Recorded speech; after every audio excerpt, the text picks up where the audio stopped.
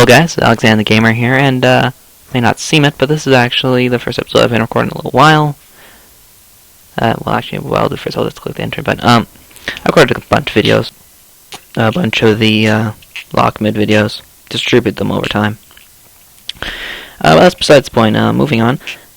Interesting story. I just completed probably the hardest project I've ever done in the history of my school work.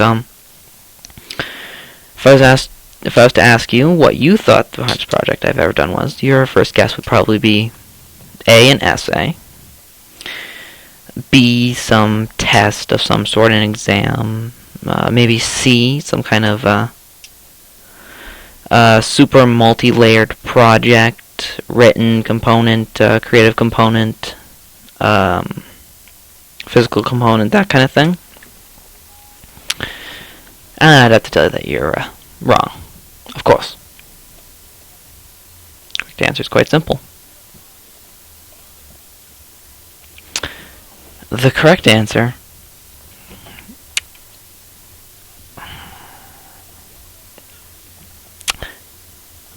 is that hardest project I've ever done was probably a creative assignment that I have been given.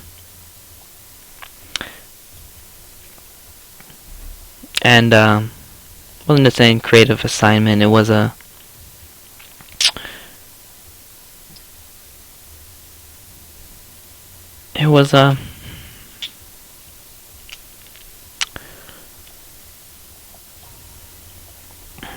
wow, I can't really speak right now. It was an assignment where I had to write literally 4 paragraphs on anything I want.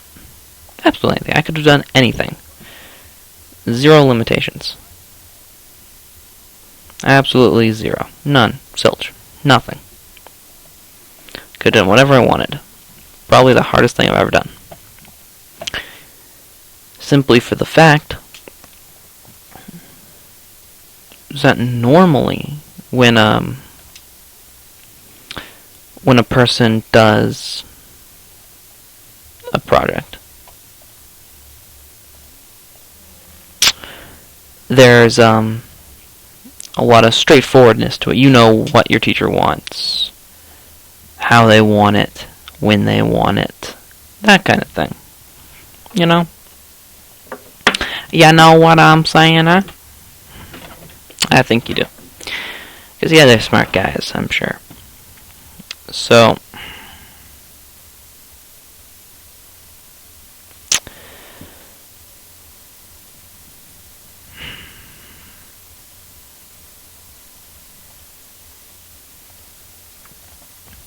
like I was saying,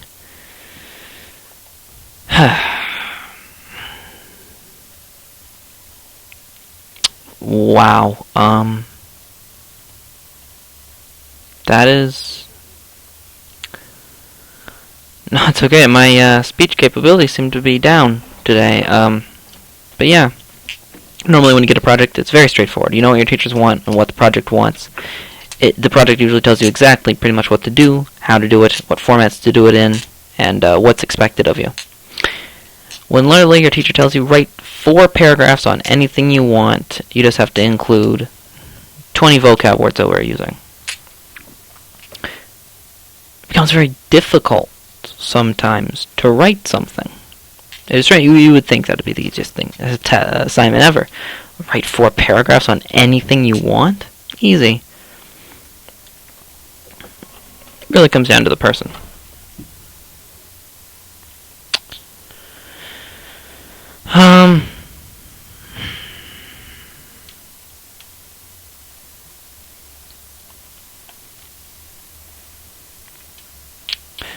Well, I guess moving on from that, we get to the whole idea of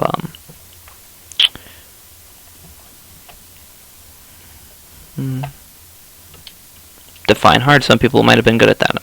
Me, not so much, but you know, whatever. Now that's that. Now that I've just spent some time talking about a video game, or not, Wow, I really cannot at all talk today. Like, jeez.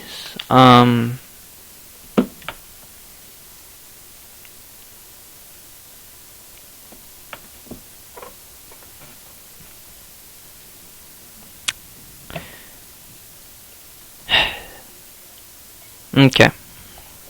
Time to talk with straight English. Oh my. Hold on, my.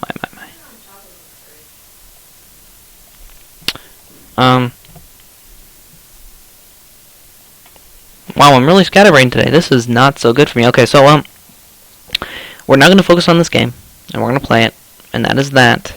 I was planning on coming here and doing this whole thing.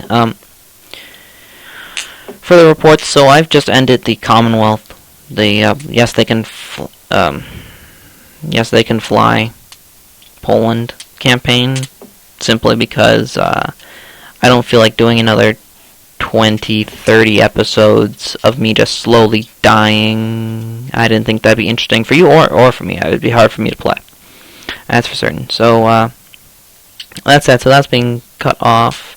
And I was going to do an EU4 gameplay, and I was going to introduce a little bit of a new bit of thing, introduce some more editing, common use of the editing tools that YouTube provides, which is what I use right now. I'm looking forward to acquiring new methods of editing soon.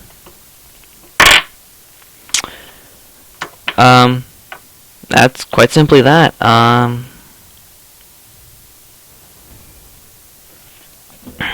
That's a new one. I haven't quite decided what to do. I'm thinking I'm gonna do the Bengal Tiger achievement. That's that. And then I intend to the Inca Sun God Let's Play right around November 9th. Try to get it around there. Actually, try to get it done for November the 8th. And I'm gonna break protocol before I'm gonna upload a video. The November the 11th, which is not a Monday, Wednesday, or Sunday.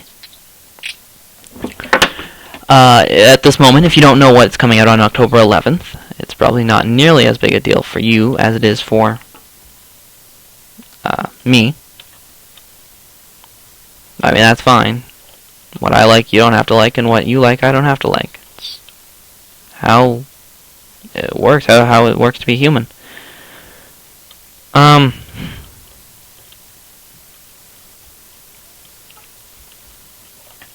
that's that. Well, I might as well explain at this point what it is.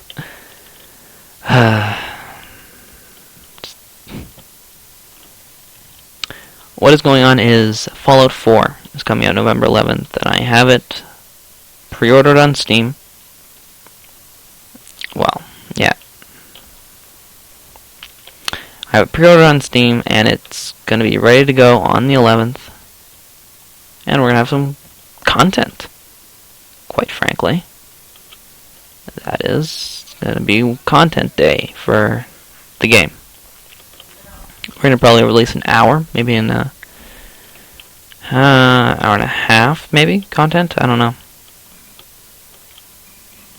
I also have to understand that I don't want to saturate the whole market, well, I shouldn't say market, but my channel with just this stuff. I don't want to come out 10, not even 5 episodes in one day of it. So we'll see. Maybe just 3 episodes. I'll record a bunch in the first session. That's that. That's about that. So let's get into the siege battle. I'm attacking a fortress of enemy soldiers that I must defeat. Quite a small fortress, ideal for a gun position up on this hill here to fire down and take troops off the wall and into the fort itself. Because if you notice, my gun position here, good, so let's just come down into here in the castle. It's slightly above this plane inside the castle. Just a little bit. Just a wee bit. It's quite misleading. I don't know.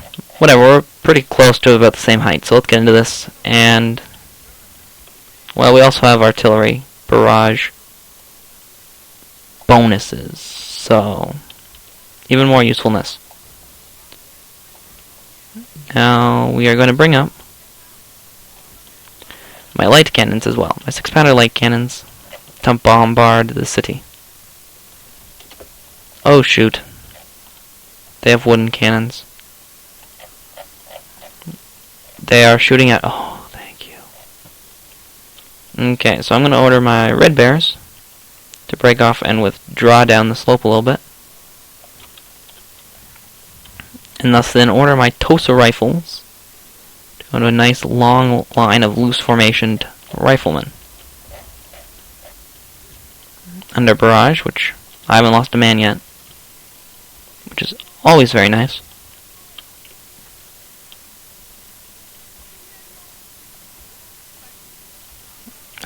My light guns here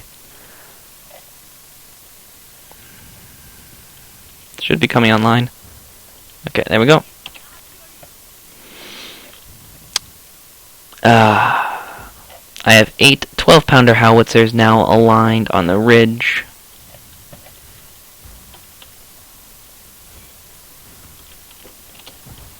Arranged above their fortifications. There is going to be volleys of artillery shots being dropped into the middle of their base. I would prefer parrot guns, which I'm working on acquiring 3 units of parrot guns, which are not as good as Armstrong guns, but at the moment, of course, I cannot recruit Armstrong guns, so... Oh, apparently we blew up this wall already. And this is something I don't really like. Like, you blow up the wall, you can... If the person's not paying attention, they lose 100 men of a unit. Which I don't think is really fun. So, that's that. Definitely helps. Opens them up a lot more to shooting on this flank. And it does tons of damage, so. How about they're also dropping artillery shells significantly more accurately amongst my riflemen. Which, to be honest, I'm attempting to silence their guns. But that is proving to be a little bit harder. Now, of course, since their base is so small, I can drop a naval fire support in the middle of their base.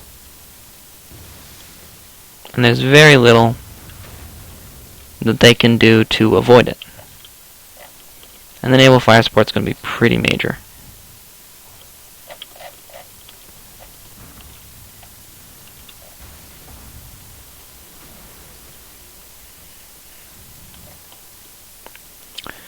Usually they'll have like a ship out at sea out here, just to illustrate that there is a ship or a fleet.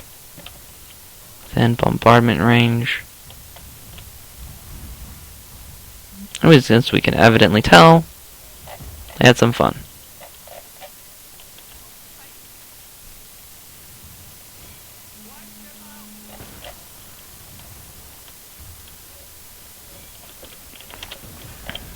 The enemy's artillery is down to 4 guns, manned by 29 men. Granted, the artillery bombardment did not do nearly as much damage as I would have liked to either the guns or the infantry.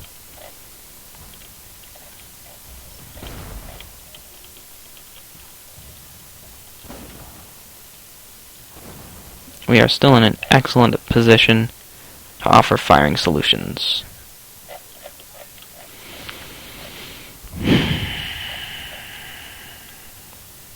They're dropping some shots pretty low. Some might say below the belt. Of course, I don't actually have to bring my guys within range. This is what, the extremity of their firing arc? Okay. Well, deploy Tosa Rifles there. course, this hill is becoming the bane of the enemy's existence. I'm able to lob howitzer shots fairly easily into their base, causing damage. Though, since I'm targeting their artillery battery, it's not causing that much, and of course, howitzers aren't exactly very good at killing artillery crew. If you score a direct hit, very effective. But they rarely score a direct hit like that. And you'll spend your time blasting away slowly at the crew. And of course my light guns are slowly blasting away at the enemy's archery tower. Hopefully. And I brought my Tosa Rifles forward. And now they can harass the enemy at their leisure. Because, quite frankly, they can't shoot back. Their weapons, they're not even like outside of effective rifle range. They are out of capable rifle range. Sure, my guys are like on the pretty much just the edge. Oh, not that bad. They could use a little bit of better positioning. Coming up on top of this hill would be excellent positioning. But that'd put me within range of their rifles. And their massed volleys would be catastrophic, to say the least.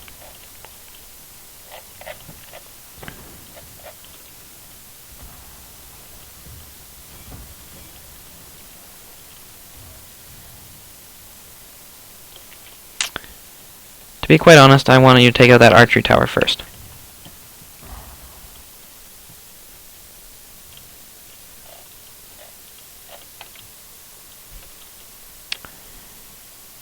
Okay. Howitzers. How hard is it to... Okay, there we go. Archer tower down.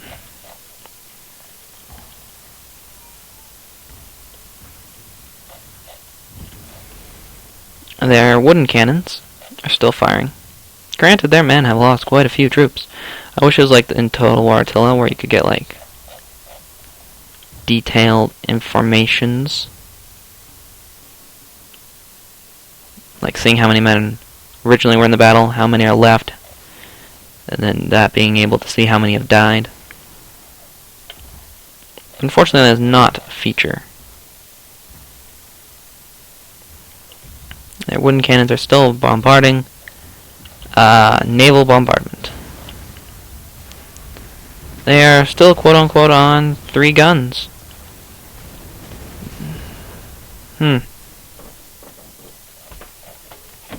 Their Tenshu is on fire. So their commander... It'd be nice if when like the Tenshu was destroyed or like lit on fire, that the guy... Like some guys would just come running out to illustrate that the thing is being abandoned because it's on fire or destroyed.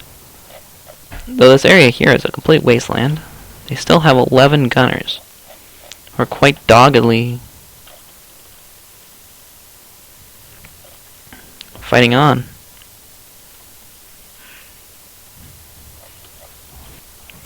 Of course, they have no hope of defeating me unless they can take... Well, quite possibly what they see is if I waste out all my ammunition blowing away at their artillerymen, which are doing their little part to help and distracting my artillery fire, that they will have a better chance at winning.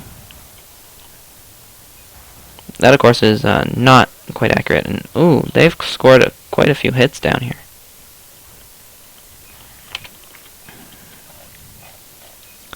I'll bring my red bears to bear. Yeah, get it, red bears to bear. We will attempt to outflank the enemy's position. The heck caused this?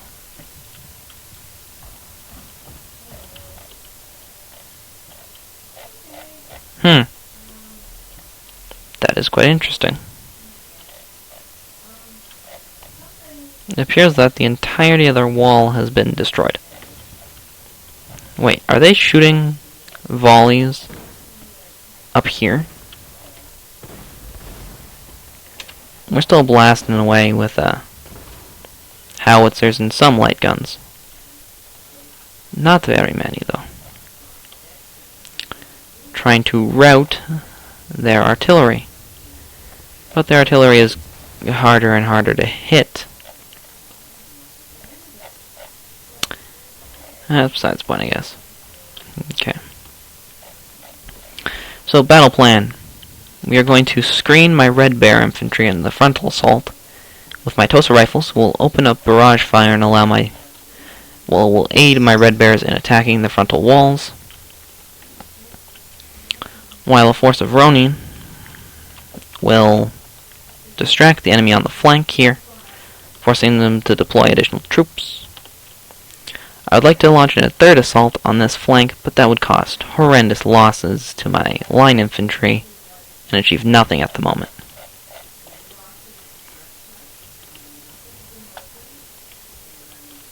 Here's the plan. I will bring my line infantry upwards. And I shall bring my Tosa Riflemen forwards to allot for my Red Bears to come forward. And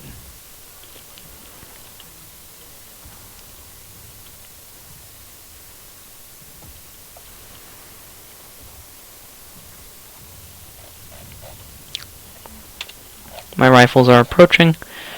Of course, all this was under supervision by my artillery corps, which has reduced their artillery park to 1 cannon with 5 crew on it.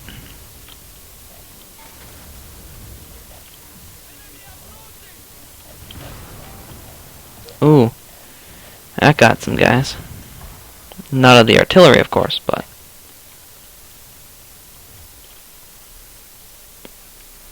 Launch the levies into a side attack. No.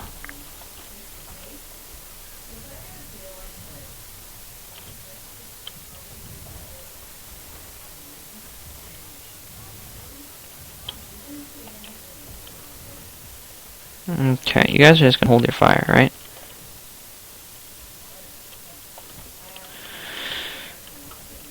Okay.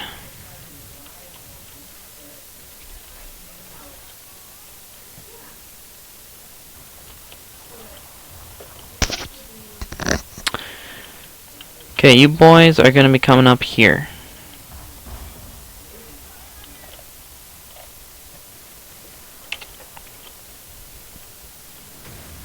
Continue firing the last of your volleys into their artillery.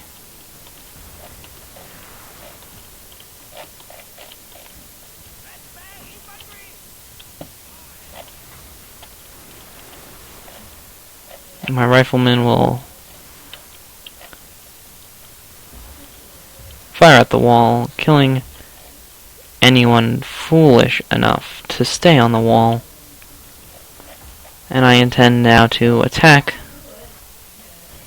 their levy garrison infantry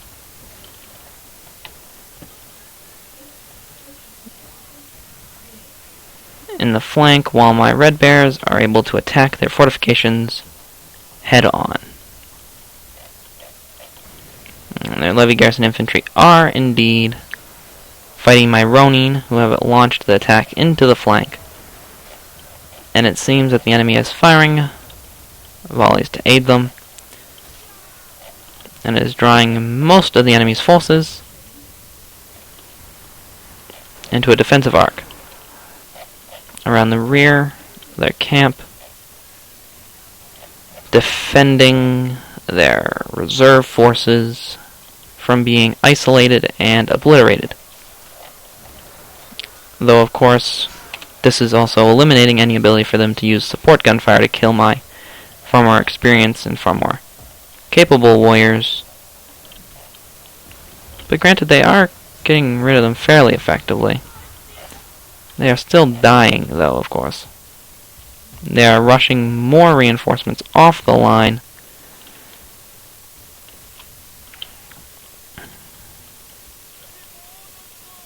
And thus, granting me the last advantage I will require.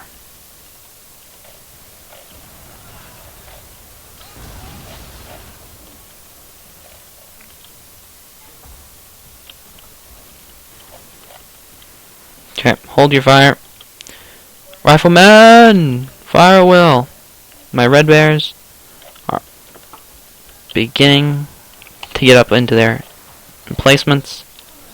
Atop their placements, my levy infantry, or my line infantry, is firing up at their expeditionary forces, defending the walls, supported by rifle fire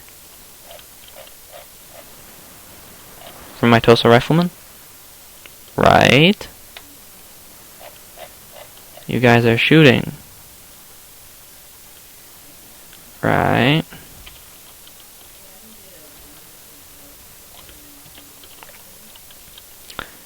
And to support them, we will fire a single volley right there.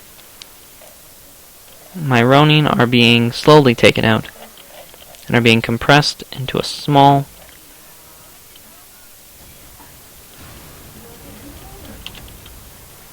artillery bombardment.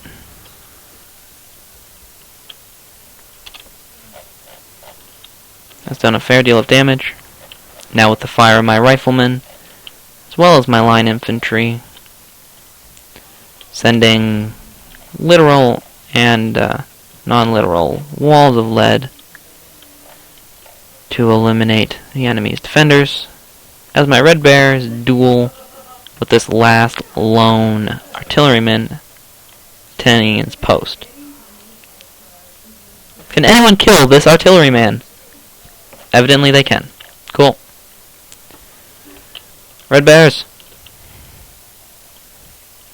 Actually, this red bear is to deploy this way. You two are to deploy as such. Okay. My line infantry is firing volleys up at the enemy's positions, supported by rifle fire from my riflemen.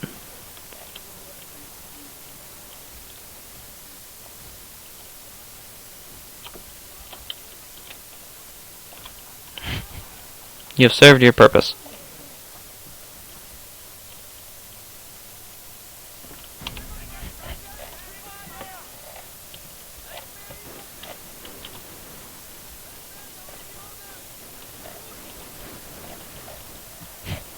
And now I have my red bears able to fire mercilessly into their rear ranks. We'll now commit a sword charge into the flanks and rears of the enemy's forces.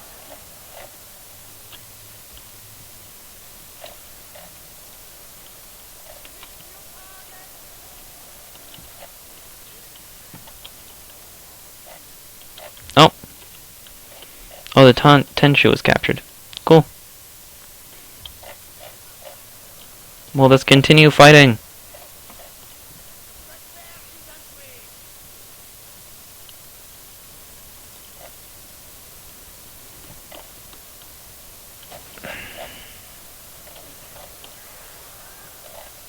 Okay. Cool. That's the end of this fight, and thus the end of this episode. I've been Alexander Gammer, and I'd like to thank you guys for watching. And I hope you guys have a good day.